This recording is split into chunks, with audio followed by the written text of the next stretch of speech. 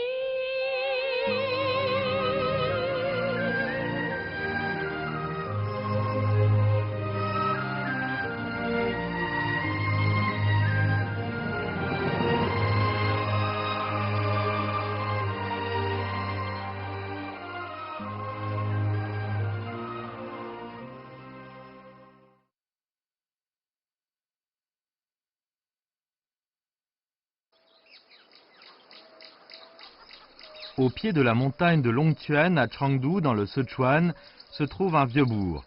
La rivière Truojiang, qui coule du nord au sud, est déviée à cet endroit. Elle est divisée en ruisseaux sinueux qui traversent le bourg via des montagnes onduleuses. Les deux montagnes entourant le vieux bourg ressemblent à 5 phénix levant la tête pour regarder le ciel. C'est ce qui a donné son nom au bourg, Wufeng, les 5 phénix. 五凤溪一张帆，要装成都半成盐；五凤溪一摇桨，要装成都半成糖。这首在当地流传了几百年的民谣，描绘了古镇历史上的商业繁华。由于水陆交通的便利，南来北往的客商纷至沓来。几百年间，不同的地域文化在这里相互碰撞与交融，也造就了如今独具特色的古镇风韵。 Le vieux bourg de Wufeng est entouré par les montagnes et les cours d'eau. Un dicton décrivant le bourg dit « la moitié est la montagne et l'autre moitié est la ville ». Dans les temps anciens, lorsque le transport terrestre était encore sous-développé, afin d'entrer dans la région du Sichuan, les gens ne prenaient généralement pas de route difficile mais préféraient la voie navigable. Le quai de Wufeng est le seul endroit par lequel les navires pouvaient passer pour aller à Chengdu. Les bateaux de commerce venant du sud à destination du nord s'arrêtaient ici. Les marchandises déchargées étaient acheminées par des porteurs jusqu'à Chengdu. Les échanges commerciaux prospères ont fait de Wufeng un important centre de distribution de produits de la vie quotidienne dans l'ouest du Sichuan pendant la dynastie des Tang. Vers la fin de la dynastie des Ming, le Sichuan était en période de guerre et sa population a brusquement diminué. Des gens venant du Hubei, du Jiangxi, du Fujian, du Guangxi et d'autres régions du pays ont migré en grand nombre pour venir s'installer dans la plaine du Sichuan. Ce phénomène historique a été intitulé « Les peuples du Hubei et du Hunan déménagent au Sichuan ». Les gens de différentes régions se sont réunis ici, dans ce petit bourg riverain au beau paysage composé de montagnes et d'eau.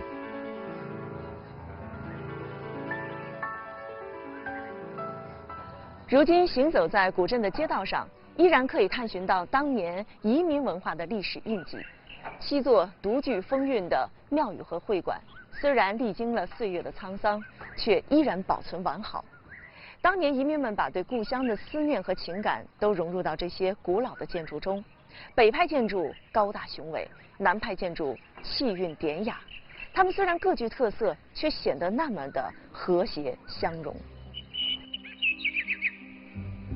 Parmi les nombreuses salles d'activité dans le vieux bourg, la salle du Shanxi, appelée aussi le palais Guansheng, est la mieux conservée. Fondé à l'époque par l'empereur Kangxi de la dynastie des Qing, le palais possède un magnifique portail avec un hall très traditionnel. Cependant, il est surprenant que dans cette salle d'activité du Shanxi, il y ait encore une autre salle de style sudiste, celle du palais du roi Yu. La présence d'un palais compris dans un autre et très rare dans l'histoire de l'architecture chinoise. Il y a même une légende concernant l'origine de ces deux palais imbriqués l'un dans l'autre. 当年湖广人进入五凤之后，他们由于对故土的思念就专门建了一个会馆，但是由于财力不济，他们修的宫殿呢很小很小。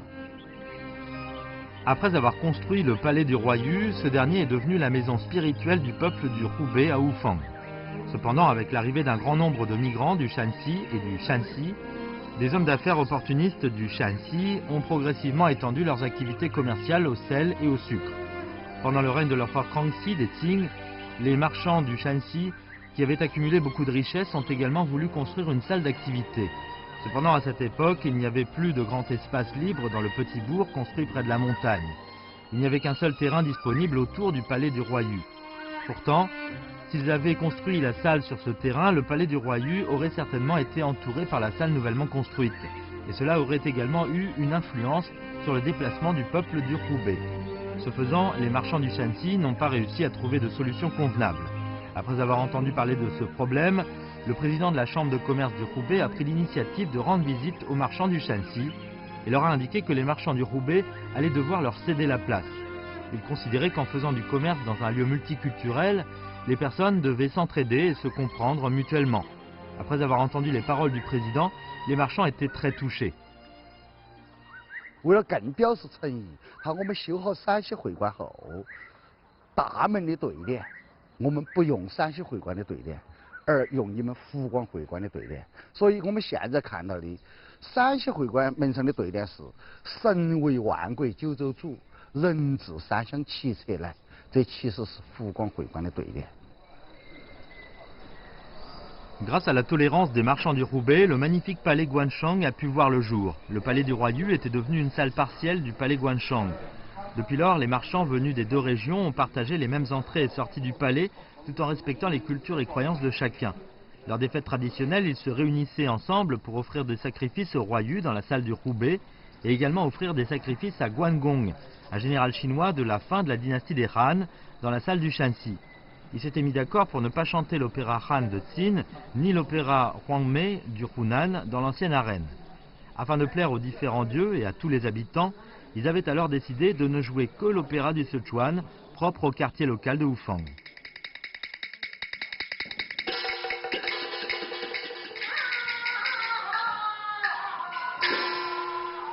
La culture de la tolérance envers la diversité a rendu le bourg plus harmonieux, ce qui a eu pour effet d'attirer de plus en plus de gens qui sont venus créer des entreprises. C'est ce qui a fait de Wufang un bourg commercial. Pendant la période du règne de l'empereur Yongzheng de la dynastie des Qing, de plus en plus de cantonais sont venus ici pour faire des affaires. Les hommes d'affaires du Guangdong, qui ont développé leur entreprise, ont construit un palais Nanhua en face de la salle du Shanxi. Une fois les travaux achevés, les marchands du Guangdong ont découvert que l'entrée principale du palais Guanshang était juste en face de celle du palais Nanhua, ce qui a endommagé le feng shui du palais Nanhua, propre au concept traditionnel de la Chine ancienne. Cependant, à l'époque, les deux halls avaient déjà été construits, les portes et les chambres ne pouvaient plus être modifiées. Les marchands du Shanxi, qui avaient reçu la terre cédée gracieusement par les marchands du Hubei, ont également fait preuve de générosité et de tolérance, offrant une solution à ce problème. 我们聪明的古镇先人就想办法把这石梯在石梯上做文章，一头宽一头窄，这就使庙门朝的方向不对冲对面的南华宫，而是斜着避开了这个。 L'escalier de pierre, une fois construit, a rétabli le problème d'agencement avec la porte de la salle du Shanxi, résolvant la question du feng shui. L'anecdote de la donation du terrain et celle de la construction de l'escalier de pierre pour modifier le feng shui sont également devenues des histoires bienfaisantes racontées aux habitants locaux. De nos jours, entre ces bâtiments anciens, les gens semblent être en mesure de percevoir l'ambiance qui régnait ici dans le passé et de ressentir la collision et l'intégration des diverses cultures régionales. 开放包容、谦和有礼的文化气质滋养着这方水土，也使得古镇里的人们得以安享着生活的宁静与祥和。古镇人沿水而居，桥必不可少。一座座古桥连接起溪水的两岸，也串联着人们生活的点滴。而关于石桥的传说，也正在被一代代五凤人口耳相传。Tous les week-ends, le pont Hanfang s'anime. Les habitants des deux rives du ruisseau Oufang y vendent leurs propres fruits et produits provenant de la montagne pour les échanger contre des produits de la vie courante. L'ancien pont Hanfang est ainsi devenu un souvenir inoubliable, rempli de nostalgie dans le cœur des habitants de Oufang. 哎，坐一下。这座桥看起来好有历史感吧？是的，有多少年了？应该是在清朝同治年间修的。Il y avait un petit pont en bois sur le ruisseau Oufang. Chaque été, le niveau de la rivière montait et inondait le pont. Avec ce temps, le phénomène jumelé avec les cours d'eau turbulents ont fini par détruire le pont. Afin de résoudre définitivement le problème de la traversée, les habitants de Oufang ont décidé de construire un pont plus solide, fait en pierre.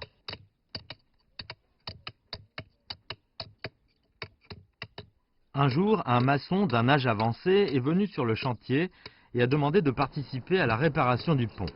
Le maçon âgé semblait trop frêle pour accomplir des tâches nécessitant un effort physique. Malgré cela, les habitants, voyant qu'il était affaibli et très pauvre, ont décidé de le garder.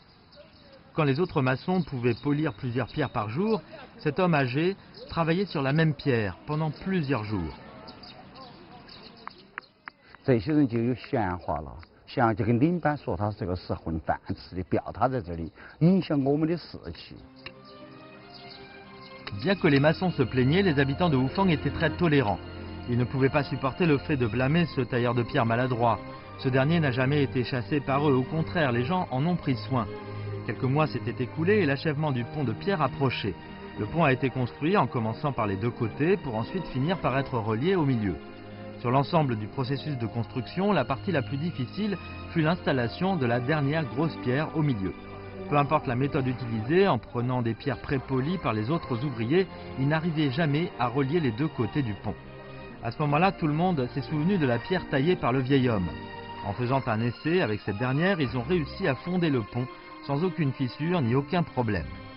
C'est bien à cet instant-là que les gens se sont rendus compte que le vieil homme, avec son air ordinaire, était en fait un expert. Ils se sont alors précipités à sa recherche pour le remercier. Cependant, le vieil homme était silencieusement parti, en laissant simplement une note.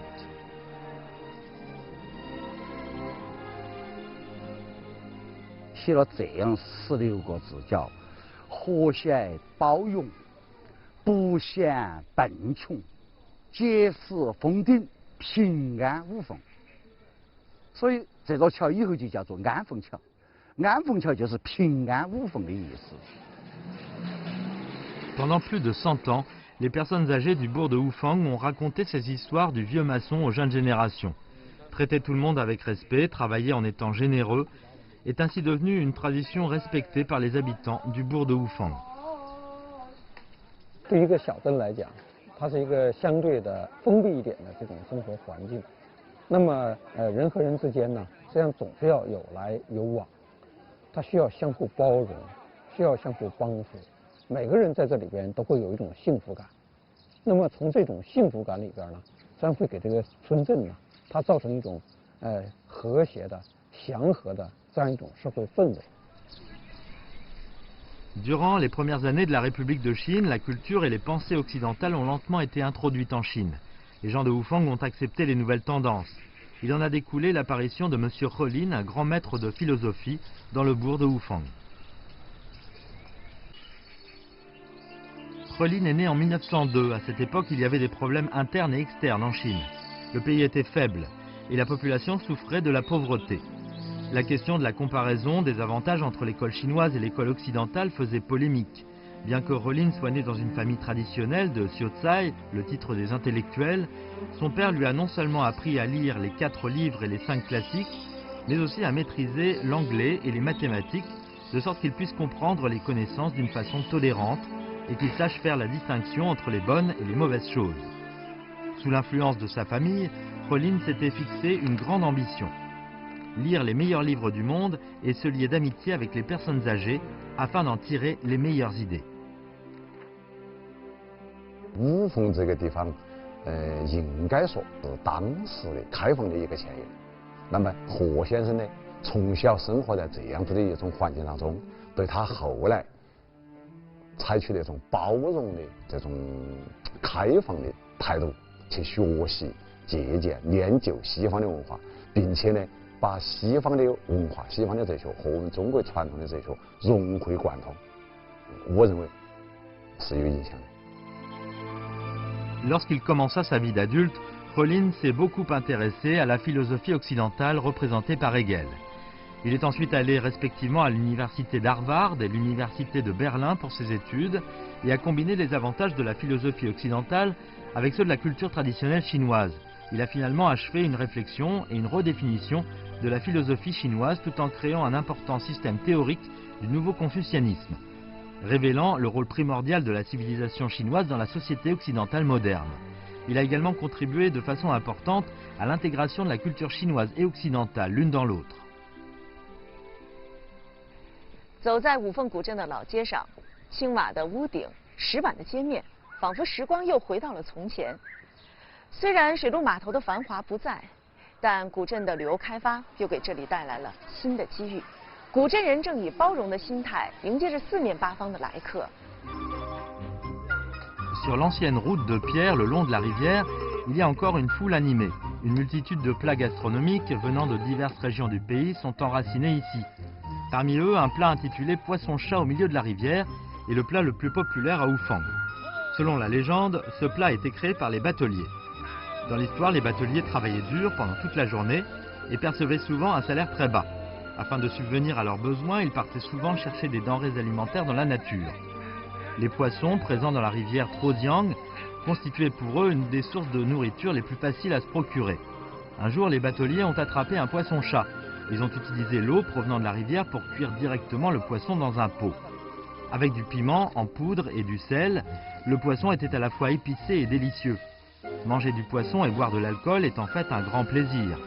Avec le temps, ce plat est devenu le mets le plus populaire à Oufang.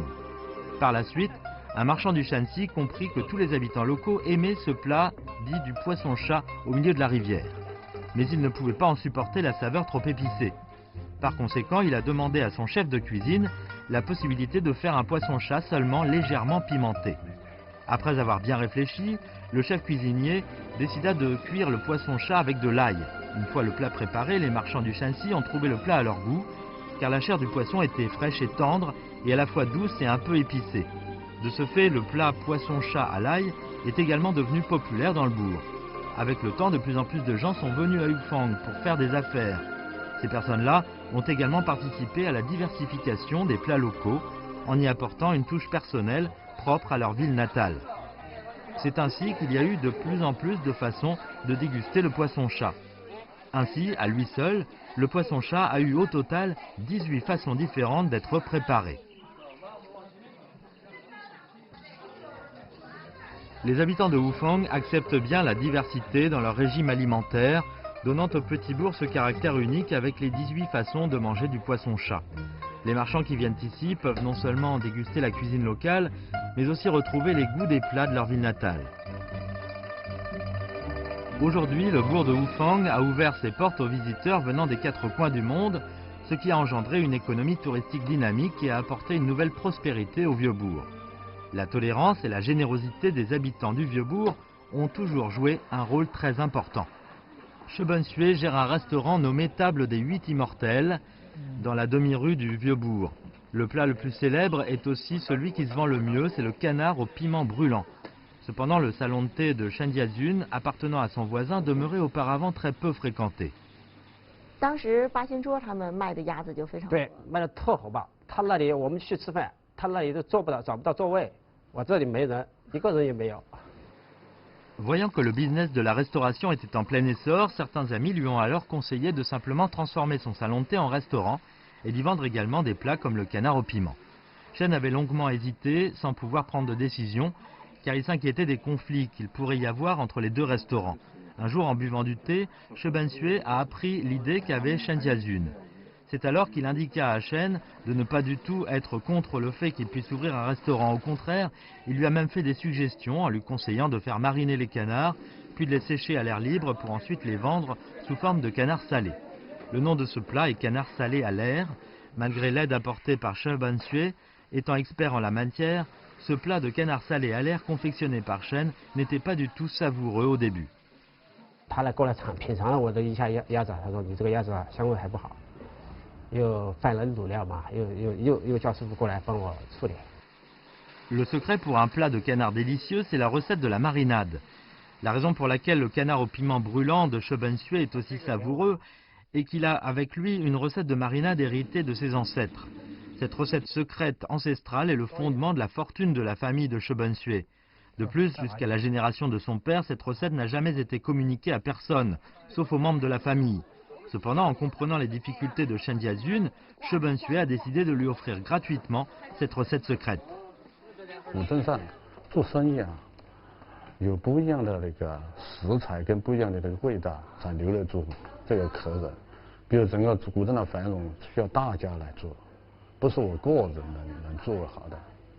所以这个配方我就直接审核一说，我说没事。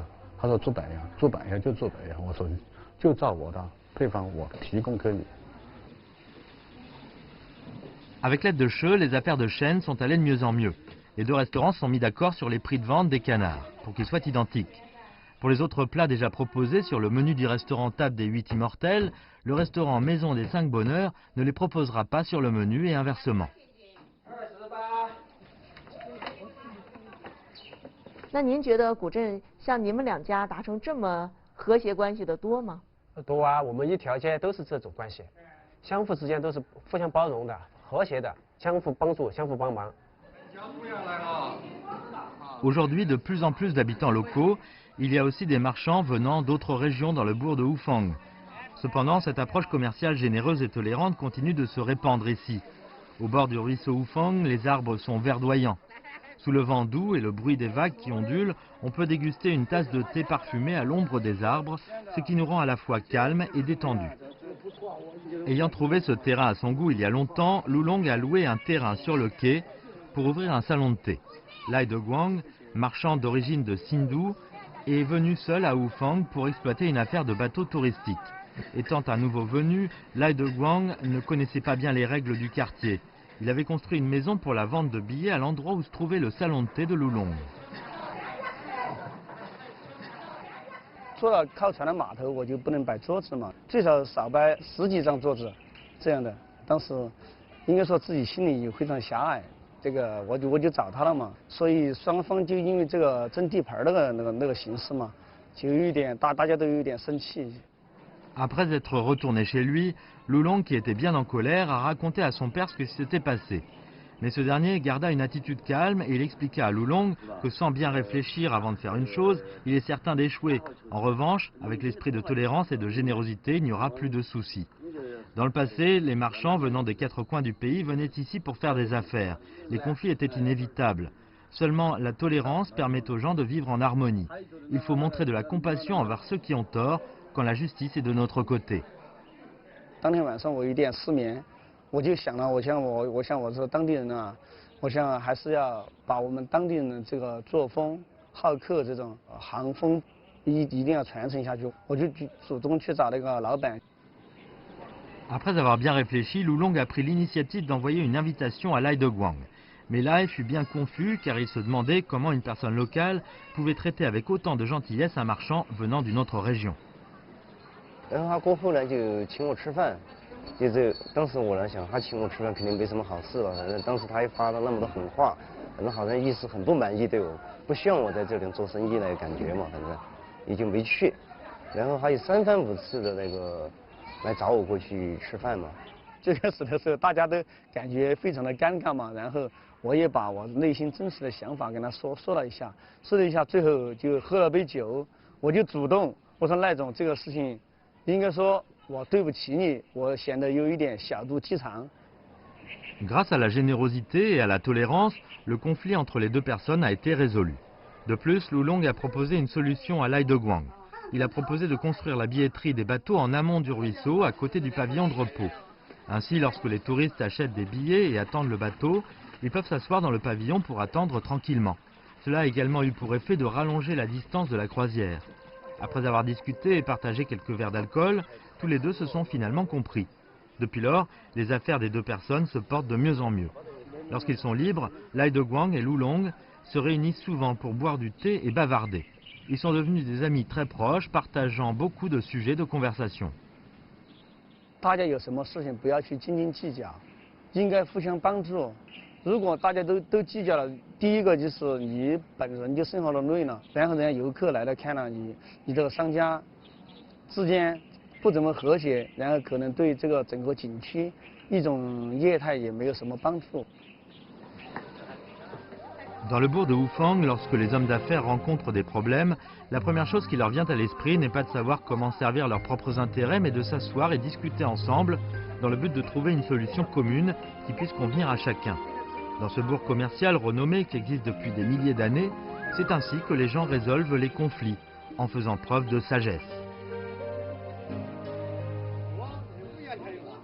中国古代的商业文化啊，它特别讲的一个主题就是和气生财。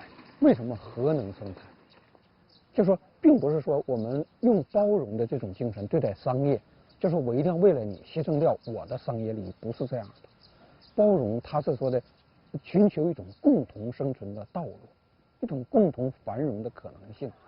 只有这种就说的以共存、以共荣作为前提，大家共同来努力，它的这个商业才能够走到一个真正的这种繁荣的局面里面。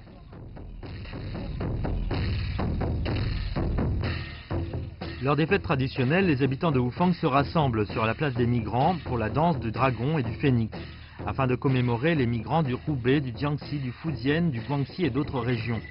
Le dragon et le phénix représentent le bonheur, la paix et l'harmonie. La culture de la tolérance et de la générosité a guidé le vieux bourg tout au long de son développement, et ce jusqu'à présent. Aujourd'hui, dans ce vieux bourg riverain, à une époque où tout est accessible facilement, les habitants continuent d'accueillir les opportunités comme les défis, avec une grande ouverture d'esprit et tolérance.